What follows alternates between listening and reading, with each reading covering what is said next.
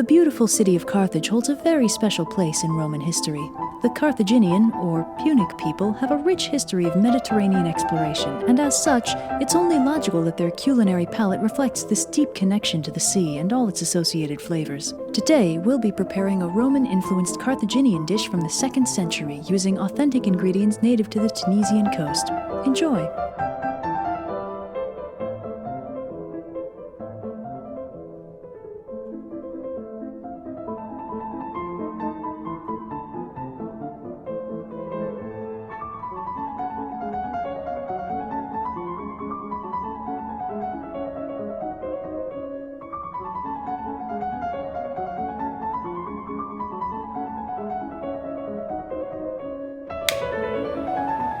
Oh, that's actually a lot of fire.